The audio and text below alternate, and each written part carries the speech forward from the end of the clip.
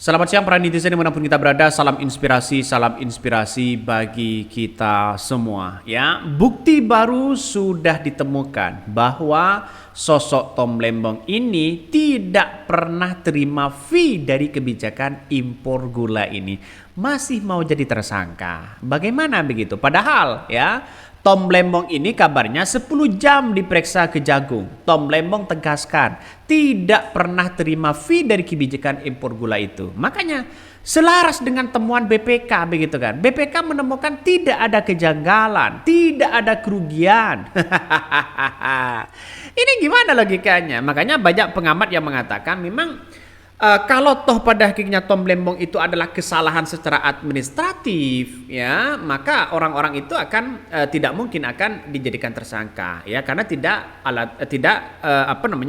tidak punya bukti yang kuat ya untuk mentersangkakan itu. Masih belum cukup bukti lah. Coba kita lihat saja apa yang disampaikan para pengamat ini seperti ini. Kalau di Indonesia itu pasal satu-satunya pasal keranjang sampah untuk bisa menetapkan orang menjadi tipikor korupsi. Karena maksudnya gimana pasal keranjang sampah, Prof? Negara lain cuma suap. Kalau orang suap itu baru tipikor. Kalau negara dirugikan karena kebijakan, itu dilihat adalah masalah administratif kebijakan. Kebijakan itu tidak dapat dipidana dalam 3 hal.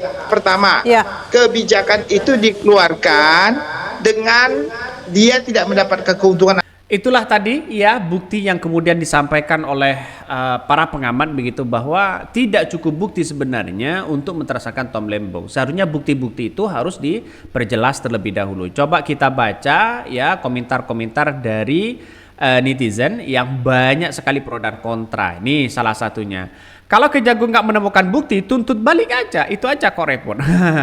Ya tidak semudah itu begitu kan ya. Kan ada praduga di situ. Makanya Tom Lembong ini ya masih jadi tersangka, bukan jadi terdakwa ya. Ada tahapan-tahapannya di situ begitu.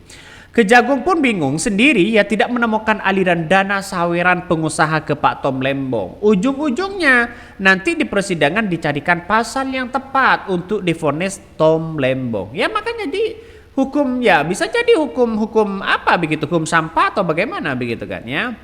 Jokowi lah yang mengizinkan Tom Lembong untuk mengimpor gula. Wah, ngeri-ngeri sedap ini komentar dari netizen ya. Coba kita baca.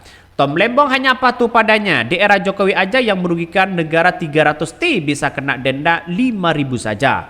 Apalagi Tom Lembong yang hanya 400 M itu pun belum menemukan buktinya. Makanya kita usut aja di Kejagung secepat mungkin begitu kan. Bukan berlarut-larut sampai bertahun-tahun, ini kan kasihan juga Tom Lembong. Bicara aja ya Tom Lembong terus terang ya, sebut namanya siapa yang bermain impor gula, biar penuh penjara untuk maling. Tugas para netizen ya, 2 memastikan kejaksaan salah pilih target ya. Yang kedua ya, preteli asal usul Rolexnya. Ini komentar dari netizen. Ada yang mengatakan blunder dan sebagainya. Tapi ya inilah yang terjadi saat ini. Makanya biar tidak menjadi bola liar, biar tidak menjadi spekulasi bahwa sosok kepemimpinan seorang Prabowo dianggap sebagai hukum ini tajam pada oposisi dan tumpul pada koalisi, makanya begitu kan ya, kejaksaan ini atau Kejagung ini beberkan saja fakta-faktanya ya, beberkan saja bukti-buktinya. Ini ya yang 8 perusahaan ini menerima ini, 8 ini menerima itu, dan fee-nya didapatkan oleh Tom Lembong misalnya. Itu harus diungkapkan. Jadi selama masih belum diungkapkan, masih spekulasi sana sini begitu. Ujung-ujungnya tidak menemukan titik temu. Ujung-ujungnya banyak yang kemudian berasumsi sana sini. Jadi bisa saja blunder, bisa saja keliru dan sebagainya. Artinya apa? Artinya harus benar-benar ditindak begitu. Coba kita baca beritanya. Ini menarik loh beritanya ya. 10 jam diperiksa Kejagung, Tom Lembong tegaskan tak pernah terima fee dari kebijakan impor gula. Wah, ngeri sedap ya. Mantan Menteri Perdagangan Mendak Thomas Trikasih Lembong atau Tom Lembong menjalani pemeriksaan selama 10 jam dari Kejaksaan Agung.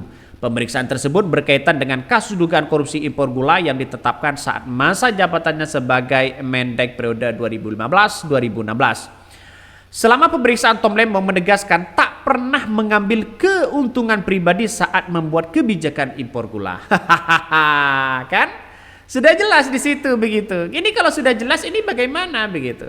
Atau hanya jangan-jangan bahwa Tom Lembong menjadi co-kapten Anies Baswedan ya, tim Amin di situ tiba-tiba jadi tersangka. Jadi jangan seperti itu begitu. Pak Surya Paloh menegaskan ya, kita fokus kepada kasus-kasus baru aja. Kasus-kasus selama itu mungkin sudah ditelan bumi atau apa, apalagi tidak jelas.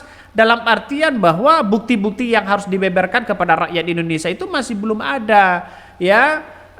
Hanya kejaksaan itu ya, Kejagung itu hanya mentersangkakan Tom Lembong akibat kerugian negara 400 miliar. 400 miliar itu kerugiannya bagaimana? Nah, itu yang masih belum dijelaskan oleh Kejagung. Sehingga orang mengatakan, wah ini kurang jelas hukumnya, ini kurang bukti hukumnya. Jadi sehingga banyak muncul spekulasi ya. Jadi makanya tidak menjadi spekulasi yang besar, segera mungkin besok atau lusa ya Kejagung itu harus menemukan fakta-fakta itu. Co-kapten ya Timnas Amin itu juga yakin telah mengikuti semua prosedur dengan benar tanpa ada kepentingan pribadi. Hal itu diungkapkan pengacara Tom Lembong, Ari Yusuf Amir, saat ditemui di Kejagung Jakarta. Bahkan menurut Ari ya, Tom Lembong mengaku menerbitkan izin impor gula saat itu semata-mata karena Indonesia membutuhkan pasokan gula. Dia jelas begitu kan.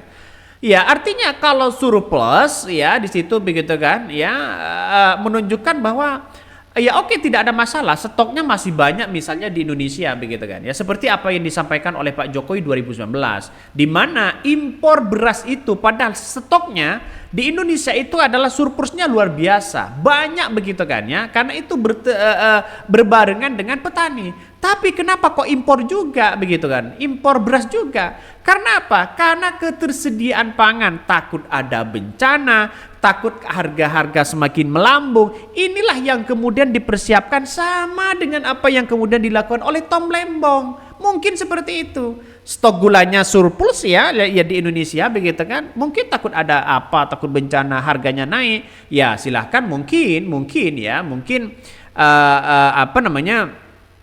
Tom Lembong mempersiapkan itu, mungkin. Kalau kerugiannya adalah harga misalnya dari 13.000 menaikkan 16.000, itu kan kebijakan dari perusahaan, dari pabrik. Kita kan tidak mengintervensi masalah soal-soal kayak begituan begitu kan ya. Apakah hanya didapatkan hanya sedikit atau bagaimana? Nah, ini yang kita lihat begitu bahwa kalau bisa begitu kan ya, Kejagung ini sedetail mungkin nantinya ia paparkan dapat fee-nya berapa ya, memperkaya orang berapa, memperkaya diri berapa, semuanya harus dirinci biar tidak menjadi bola liar. Jadi kalau seperti ini gimana ya?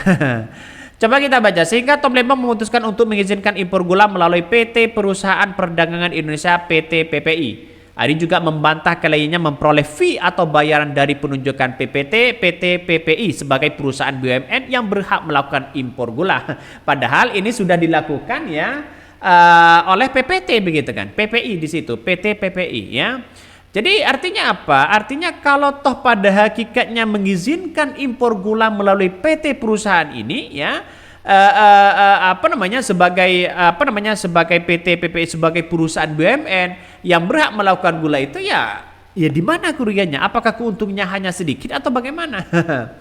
Ini, dan beliau tidak menerima fee apapun, tidak menguntungkan siapapun karena beliau juga tidak mengenal pihak-pihak yang ditunjuk tersebut. Ia menyebutkan sikap Kejagung yang langsung menahan Tom Lembong yang sudah bersikap kooperatif. Selain itu, Ari juga menyebutkan Tom Lembong sudah tidak memiliki kuasa jika ingin menghilangkan barang bukti terkait kasus impor gula. Sebab ya saat kasus itu diusut, Tom Lembong tak lagi menjabat sebagai Mendak ya, sehingga ia menargetkan bagi beliau ketika beliau dipanggil menjadi saksi lalu tiba-tiba berubah di tempat itu menjadi tersangka lalu kemudian ditahan. Ini kan ini gimana? Awalnya Tom Lembong dipanggil jadi saksi, tiba-tiba jadi tersangka. Ini kan apakah ini dijebak atau bagaimana? Makanya Kejagung ya harus benar-benar sedetail itu begitu kan. Ya tidak mudah untuk mentersangkakan orang sampai 1 tahun. Ya, kalau 9 tahun kasusnya berarti kan sudah berapa, hampir 10 tahun untuk mencari bukti itu. Ya kemana aja kasus-kasus yang baru bro ya. Kasus-kasus baru ditangani di situ begitu. Kasus lama dibongkar lagi ya, yang jelas-jelas tidak ada misalnya ya ngapain dengan adanya begitu ya. Saya kira harus ini dipertegas begitu kan oleh Kejagung ya, biar tidak menjadi muncul politisasi lah, inilah itulah dan sebagainya. Ya kasihan Pak Prabowo begitu kan ya, Pak Prabowo di situ ya terganggu, dianggap bahwa di kepemimpinan seorang Prabowo sama aja dengan kepemimpinan seorang Jokowi ya, hukum tumpul kepada koalisi tapi tajam kepada koalisi. Orang berasumsi seperti itu. Mungkin itu yang kami sampaikan. Tonton terus channel Hot dari Podcast Rakyat ini, jangan lupa di subscribe.